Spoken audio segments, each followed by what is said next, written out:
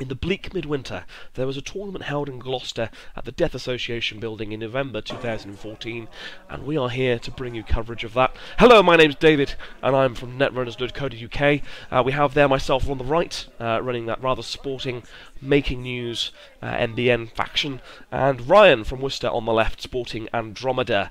I promise it is. You can see from the stupid size hand he has, that could be the only answer, in fact. For those of you that had the chance to watch the previous round, you will know precisely what my Making News deck is trying to do here. It's trying to be thoroughly unpleasant and give the runner far too many tags to be able to deal with. Ryan's a very good player. For those of you that are familiar with the channel, probably have seen us play a couple of games together. We usually end up splitting, and we usually end up playing very, very early on. It's just the nature of the thing. We actually had a tournament in December where this matchup once again was played out in very similar circumstances. So it's always a tough opponent. He always ranks very well, and I've had two tough games to start with. It was a very competitive field, and as I mentioned in the previous cast, we had I think 21 players turn up to the event, and so it was competitive. It was a good tournament, and hopefully we have some more good coverage to show you as we go through. Excuse me, as I've already mentioned in a couple of casts, I'm still suffering horribly from a cough. I'm doing my very best to overcome it, but I apologise for any heaving and coughing as we go through the cast. It just wouldn't be practical to not cough, I'm afraid, at this stage. My throat is just not liking me at all. Also, apologies, there seems to have been a little bit cracking on the video. My microphone seems to be playing up a little bit. I'll try and get it sorted, but hopefully it won't be the case in this cast. So we're going to install, in fact, I think it might be a pad campaign there as the asset. Ryan will hedge fund. He will play a data sucker, which seems a sensible thing to do. And he will play something else. Don't know what that is. Ooh. See a pad campaign. He's running... it could be a Desperado. Part of me wants to believe that it's a Desperado. I think it is. He's going to trash the pad campaign anyway. Which is fine. I'm happy with that. He's going to ditch a fairy. And pass the turn. So I think that's Desperado. It is until proven otherwise. I'm going to sweep. Wish I'd seen that a turn earlier. Not the top deck you want on turn 2 against Andromeda particularly, but hey, it's still a sure gamble, a hedge fund. That's not too bad. I'm going to install, and I'm going to play the Manhunt. Yes, the Manhunt. Oh, actually, I'm pretty sure that's a security testing. But anyway, running my hands in glee can only mean one thing. It's Manhunt time. All about Manhunt. It's a beautiful card out of Making News. And as I've already mentioned, if you see it in your opening hand, it's a good hand. It's a huge tax. I mean, suddenly that security testing, so yeah, it is a security testing, which is placed on archives, is pretty much rubbish. Ryan's a little bit slow to realise this. And he is gaining a data sucker, which is fine, but he's gaining 2 credits, taking a tag, and then spending a click to break it, so to remove the tag. So therefore he is not... he's just wasting 2 clicks. And obviously gaining data suckers, but that is about it. I love Manhunt. It's an amazing card, and it really has made it possible. He's got a few R&Di's in hand there by the looks of it. He's going to see a Jackson Howard, which I'm happy for him to trash at this stage. It cost him 3 credits. And again, with that a Desperado on the board, that's good times. That's good news. He's got a fairy still in hand. He's going to play... I wish everyone would buy non-glare sleeves. He's going to play something. Not sure what it is, but it cost him a bit. It might be a Desperado. It cost him 3 credits. We can but assume. Although I would imagine if it was a Desperado, he would have played it first. Not sure. I'm going to double Ice HQ. Living the dream. And again, that Manhunt really turns security testing off. Doesn't matter if I'm leaving anything open. A Trace 4 get a tag. You can't take that kind of risk against this deck. It's just not feasible. But he's going to do it all the same. So he's going to security testing. He's going to get a Trace 4. And there's no doubt that this is a misplay. He obviously takes a tag, which he's in all likelihood going to have to clear. Unless he's planning on going tag me, which... as I've stated in previous casts, is a mistake against this deck. It has too many ways of punishing tags. Actually, we're not just talking Scorched Earth here, that's for sure. He's going to play a fairy, and he is going to try remove the tag. And again, the security testing, all it's doing is wasting 2 clicks for him at this stage. Snatch and grab there in hand. Wasn't convinced on snatch and grab, to be honest. It was something I tried for the tournament. Wasn't hugely convincing. I'm going to ice up archives. Probably a mistake here. I think I would be better off just setting up a remote server. As I say, the manhunt is doing more than enough work to stop him from security testing. And if he wants to waste 2 clicks, that's fine.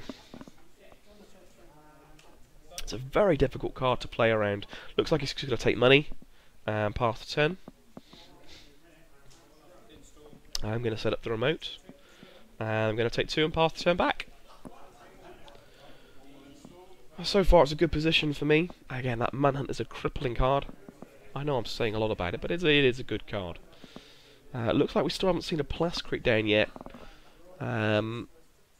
Which you've always got to be worried about. The double scorch, very much a significant threat here. Looks like he hasn't got one in hand either. He's going to draw. Seeing another R&DI, I think that's all 3 R&DIs in hand now. Which, wouldn't be the worst thing in the world if not for the fact that he's only sat on 3 credits and has no sustainable economy engine. Could do with seeing a Katie Jones here, and look at that, as if by magic, there she is. So, I mean, that really was manna from heaven there for him. And the absolute perfect top deck. So he installs Katie and uses Katie. And he's ditching another... Oh no, sorry, ditching a Day Sucker. He's already got 2 tokens on that one, so it seems to make sense. I've got plenty of ways here of... I've got a Muckraker there in hand. Another card I used for this tournament. Wasn't hugely convinced with. It was okay. I don't think it ever really hit in this tournament. Most people will put their Sentry Breaker out before they start running aggressively anyway, and Data Raven is strictly better, I think, in this kind of a situation. I'm going to install and take 2, pass the turn back over. And I think that's the breaking news there. I think I'm going for Katie here, but again, I kind of make a mistake. I've got Snatch and Grab. I could trash the Katie whenever I want, really. So I think I may be making a misplay of my very own here. Looks like he's just taking money. So he's taking 4 odd in my mandatory draw. So I am going to score the making news for 2, and I'm going to trash Katie Jones. Again, I think the snatch and grab here would have been a better call. I could have saved that breaking news for when I drew Scorched up in hand. But, we live and learn. These are all the things that you kind of test the deck for. Make sure that you have everything in place. It does take a while to hone a deck. You really do have to try a lot of different iterations. You have to see what cards stay in your hand, what cards don't stay in your hand. I can tell you what card does never ever stays in hand, and that's Manhunt. It's a good card.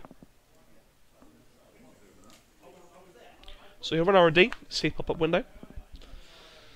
Again, he probably could have been doing that a bit sooner. But such is life, he will run. He'll act... Oh, so is he accessing it? I think he security tested it. Not sure there. Pass. No, he didn't. I think he must have accessed. Pass. Not quite sure. Yeah, okay, he is accessing. There you go. So he sees 1 and takes a tag for the privilege of doing so. Always about the trace 4. He's going to dirty laundry R&D again, I guess. Yep. Just for the money. Give me another pop-up window credit, which isn't the worst thing in the world.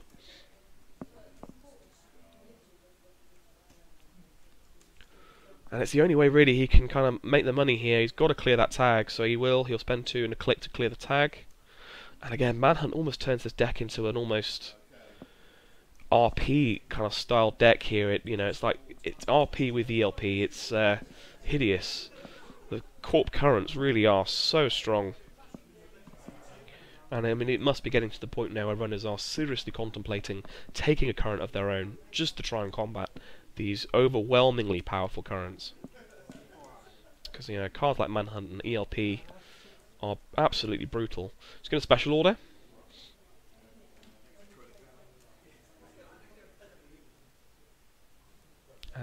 and I'm not sure what he's going to look for there. It looks like a corroder. He does have a Plascrete in the deck. We have seen it. It was in there somewhere. One of the alt art ones. So he's got at least one in the deck, which, I mean, again, he would imagine desperately wants to see.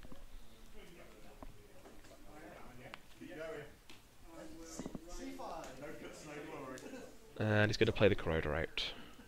He hasn't seen any barriers yet. Not sure how smart that play is necessarily, but he's building up his breaker suite. He's got a fairy, he's got a corroder on the board, he's already got a data sucker out. Certainly not the worst thing in the world, by any stretch of the imagination. Building it all up. I'm going to install Rise of Jackson Howard and drawing 2. Excuse me. He's only on 1 credit, so he's certainly in an economic hole here.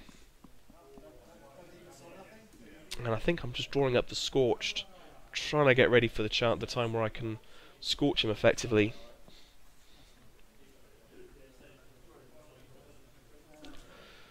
And I'm going to pass the turn out.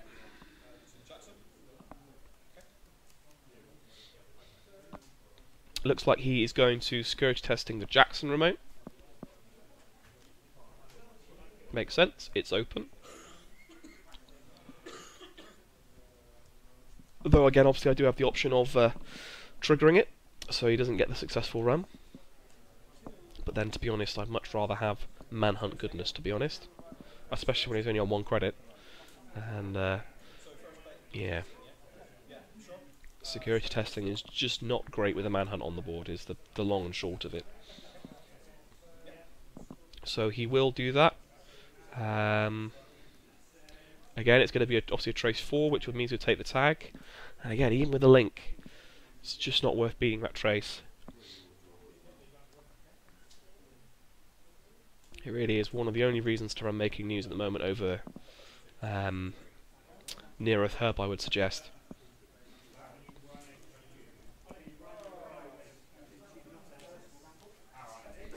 And he's in a bit of a quandary here. There's still a lot of unres dice. He's doing his very best to not get, not face check anything horrible. He's kept all his tags clear, but he's still in a very vulnerable position without a Plascrete. His economy engine is very much dried up. Losing that Katie Jones hurt, and if he's spending a click every turn to get rid of the tag and 2 credits, it's soaking up his time and the tempo, and the board position is very much spiralling out of control. I'm on a very healthy amount of credits, about 15 credits or so.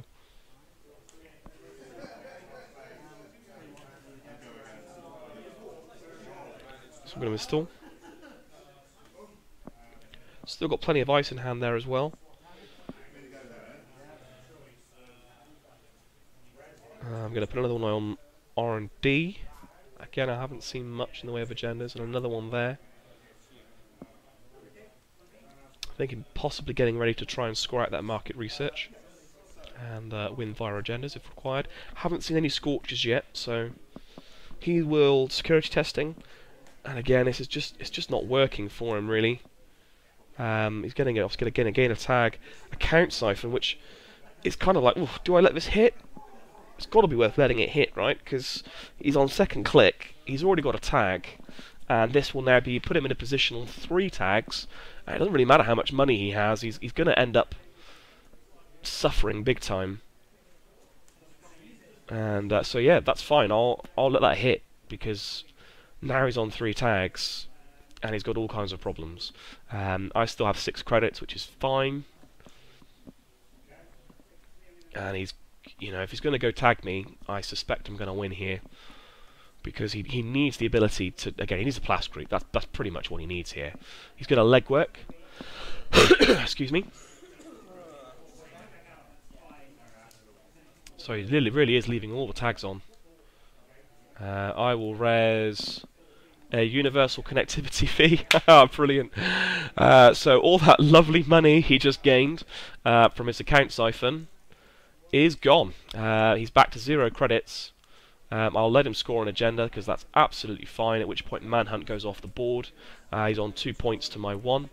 I'm really not too worried about that. I don't think I've quite clocked the Manhunt needs to go yet, but there we go.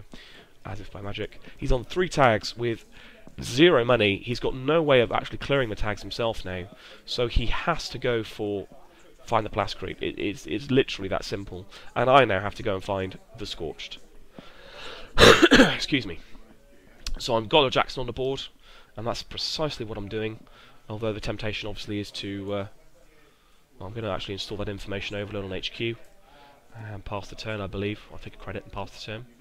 Don't have the money to res it yet, but again, if he does hit it, he's got a lot of problems. Obviously, the ferry can break it, but only once, and then that server is almost locked out to him.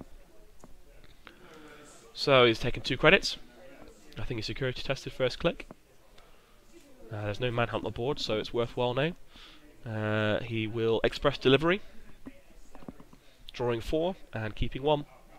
Looks like a siphon there, potentially. I think he may be keeping. Interesting. Excuse me. So he wants to try and put me in an economic hole and keep me there. I think he's going to be lucky. I've got a Scorched. Oh, there's already 1 Scorched in hand. All we need is the second Scorched and some money, and he's done. So yeah, this is going to be interesting now. Still no Plascrete on the board. I'm presuming he didn't see it with the express delivery. I know he's only got 1 in the deck, so he's only got himself to blame. But there was a absolute megaton of tag and bag decks there at the tournament, ladies and gentlemen. I mean, pretty much everyone at the tournament got Scorched at least once, if not twice. There's the second Scorched, so I've just drawn up 2 with Jackson. I now have 2 Scorches, which is more than enough. All I need to do now is build up a little bit of money and ditch some cards, because I'm ready for the win.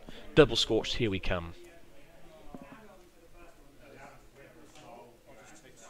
So I'm going to take some credits,